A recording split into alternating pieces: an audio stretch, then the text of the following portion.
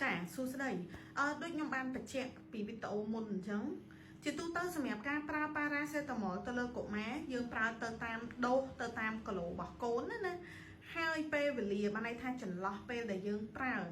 ជាទូទៅទោះបីជាលឿនបំផុតក៏ត្រូវចាំរយៈពេល4ម៉ោងដែរបានអាចប្រើបានម្ដងទៀតអញ្ចឹងកន្លែងនេះចង់បញ្ជាក់ទៅកាន់អ្នកម្ដាយថាការដែលគ្រូពេទ្យឲ្យប្រើចន្លោះពី5ទៅ6ម៉ោងម្ដងហ្នឹងគឺវាត្រឹមត្រូវហើយណាយើងអត់អាចប្រើត្រឹមតែ2ម៉ោង3ម៉ោងអ្នកម្ដាយខ្លះតែ1ម៉ោងកន្លះឃើញកូនក្តៅដាក់ទៅទៀតអត់ទេ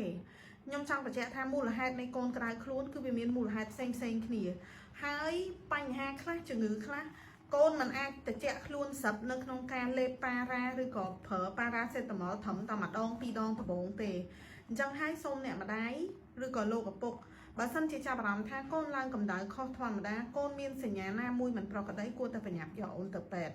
អរគុណច្រើនបាយបាយ